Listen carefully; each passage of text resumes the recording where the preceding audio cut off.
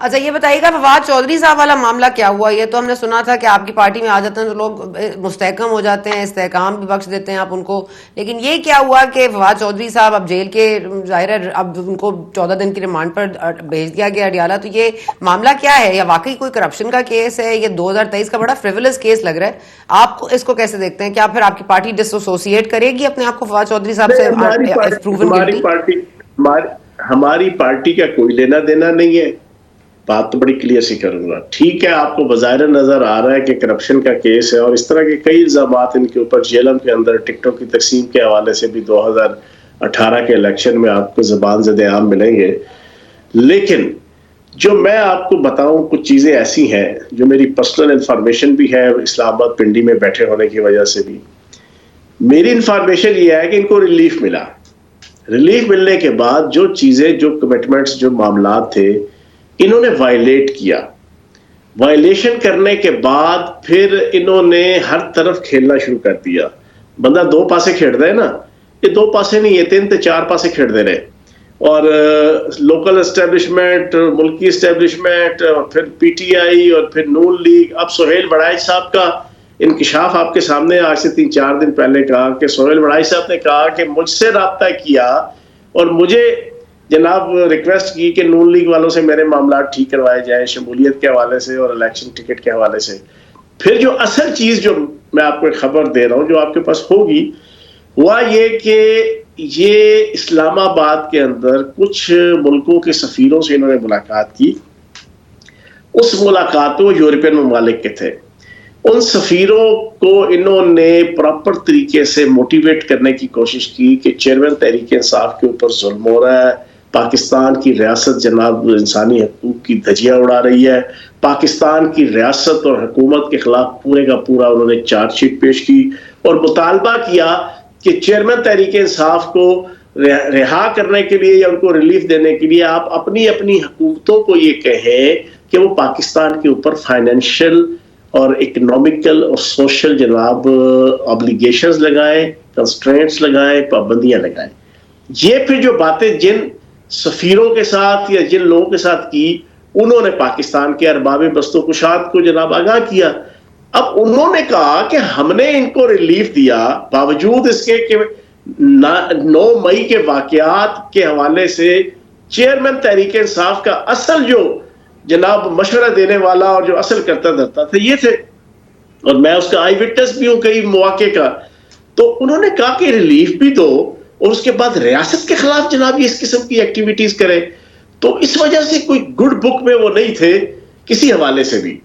اور شاید حالات و واقعات یہ ہے کہ جو اینٹی ریاست انہوں نے یہ جو ایکٹیویٹیز کی اسلام آباد کے اندر سفیروں کے ساتھ مل کے اور جو لابنگ کرنے کی کوشش کی، شاید میں سمجھتا ہوں کہ اس کے حوالے سے بھی باقی استحکام پاکستان پارٹی کا کوئی لینا دینا نہیں ہے ان کی گرفتاری کے ساتھ، نہ کوئی اس سے کوئی ہمارا کوئی مفاد ہے. اچھا یہ جہلم کی جو سیٹ ہے وہ بڑی امپورٹنٹ سیٹ ہے جہاں سے فواد چودھری صاحب کھڑے بھی ہوں گے الیکشن اگر ان کو لڑنے دیا جائے، لیکن ایک بنیادی موقف جو میں اپناؤں گی اس وقت آپ سے سوال بھی ہے، یہ استحکام پاکستان کیا ریلیف جن کو ملتا ہے ان کو اپنی پارٹی میں لے لیتی ہے؟ کیا یہ کوئی ارینجمنٹ آپ لوگوں نے سیٹل کی ہوئی ہے کہ جن کو ریلیف ملے گا وہ آپ کے پاس آ جائیں گے؟ اور ایسا ہو سکتا ہے کہ آپ نے لوگوں کو صحیح طرح ویٹ بھی کیا ہے کہ پتہ چلے کل کو کوئی اور ریلیف جس نے لیا تھا وہ اپنے ٹرمز اور کنڈیشن سے انحراف کر جائے تو؟ دیکھیں، جیلم کی سیٹ کا آپ نے تذکرہ کیا، میں بھی پنڈی وال ہوں، پنڈی کی سیاست کے اور پنڈی ڈویژن کی سیاست سے بھی اور آگے ہی ہے. آپ کی اطلاع کے لیے عرض ہے اور آپ کے پروگرام کے ذریعے سے پورے پاکستان کی، اس 1.5 سال کے اندر کہ جب پیک کے اوپر جناب چیئرمین تحریک انصاف اور تحریک انصاف کی پاپولیرٹی تھی پچھلے 1.5 سال میں، اس میں 2 جلسے جیلم کے اندر جناب فواد چودھری صاحب نے کروائے، دونوں فلاپ. اور ایک تو اتنا فلاپ تھا کہ آدھے سے زیادہ نہیں، تقریباً 2/3 اسٹیڈیم اور پنڈال جناب خالی تھا، خالی کرسی. اس وقت کے جب جلسے 1 دن کے مارجن پہ جناب کیے جاتے تھے اور ہزاروں لوگ جناب جلسوں میں ہوتے تھے، ہر ڈسٹرکٹ، ہر تحصیل، ہر گاؤں میں. تو جناب وہاں کے حالات فواد چودھری صاحب کے وہاں پہ حالات ہے فاروق الطاف صاحب کے اچھے، یہ بھی سن رہے ہیں، ان کے کزن ہیں، اور اصل کنٹرول، اصل نیٹ ورک، اصل گراؤنڈ نے فٹنگ وہ فاروق الطاف صاحب کی ہے. ان کا جو ایٹیٹیوڈ اور بیہیویئر ہے روٹ قسم کا, اور لوگوں کے ساتھ مس بیہیو, اور لوگوں سے رابطہ نہ رکھنا, اور کسی سے صحیح طریقے سے وفا نہ کرنا, ہر پاسے کھیلنا, اس کی وجہ سے جیلوں کے اندر میں نے تو آپ کو بتایا پیک کے آپ آئی وٹنس ہے, آپ کا T V channel I witness ہے ان جلسوں کا. 2 فلاپ جلسے ہوئے صرف, جو 64 یا 70 جلسے کیے تھے اپریل 2022 سے لے کے 9 مئی تک 1.5 سالوں میں, فلاپ ترین جلسے کہ جو ان کی ذمہ داری تھی. تو اس لیے کہاں پاکستان کے پاس کوئی اور کینڈیڈیٹ ہے جھیلم کے لیے؟ چوہان صاحب جلدی. ہاں اب نکل آئے گا, بہت سے الیکٹیبلز ہیں, بہت سے لوگ ہیں, ابھی آئیں گے انشاءاللہ اگلے 1.5 مہینے کے اندر.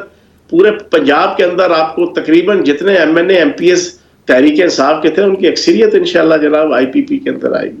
سر آپ یہ فرما دیجیے گا کہ جیالے لے رہے ہیں, وزراء اعظم بھی وہ بنیں گے, سی ایم سندھ بھی وہ بنیں گے, میئر سندھ بھی وہ بنیں گے, تو ایک طرف نواز شریف صاحب کہہ رہے ہیں کہ وہ وزیر اعظم بنیں گے, نون لیگ بڑی کہہ رہی ہے سادی اکثریت تو ایٹ لیسٹ لیں گے ہم. تو آپ اس میدان میں کیا کر رہے ہیں سر؟ بسم اللہ الرحمن الرحیم. ہم اس میدان میں جناب اپنی استطاعت کے مطابق پاکستان کی تعمیر, ترقی اور استحکام کی جدوجہد کر رہے ہیں, اور باقی ان ساروں کی باتیں سن رہے ہیں, حالات, واقعات, نظائر اور قرائن کا تجزیہ کر رہے ہیں, اور اپنے اپنے حلقوں میں محنت کر رہے ہیں. لیکن جو حالات اور واقعات, نظائر اور قرائن بتاتے ہیں, جو کچھ آپ بھی جانتے ہیں, لیکن بینگ اینکر آپ کی مجبوری ہے کہ آپ نے سوالوں جواب کرنا ہے, لیکن آپ میرے سے زیادہ باخبر ہیں. حالات اور واقعات یہ بتاتے ہیں کہ بلاول زرداری صاحب اور آصف زرداری صاحب, ان کے معاملات کچھ امریکن اسٹیبلشمنٹ کے ساتھ تو بڑے اچھے ہیں, جو بائیڈن حکومت کے ساتھ, لیکن پاکستان کے اندر جو ہے نا وہ صرف ایک ایڈمنسٹریشن کے ساتھ جناب معاملات اچھے ہونے پہ کام نہیں بنتا. اور ان کی غلط فہمی یہ تھی کہ شاید ان کے ساتھ کمٹمنٹ تھی کہ پہلے وزارت خارجہ, پھر دوسری جناب سیڑھی آپ کی وزارت عظمیٰ. لیکن جو حالات نظر آ رہے ہیں, مجھے تو جو میری ذاتی آبزرویشن ہے بینگ اے پولیٹیکل کارکن اور بینگ اے پولیٹیکل اینالسٹ, میں یہ سمجھتا ہوں کہ شاید اپوزیشن میں پیپلز پارٹی کو, جے یو آئی کو اور تحریک انصاف کی جو بچی کچی شکل ہوگی, ان کو اپوزیشن میں بیٹھنا پڑے گا. یہ میری اپنی پولیٹیکل آبزرویشن ہے, آپ ڈیفر کر سکتی ہیں یا کوئی بھی ڈیفر کر سکتا ہے.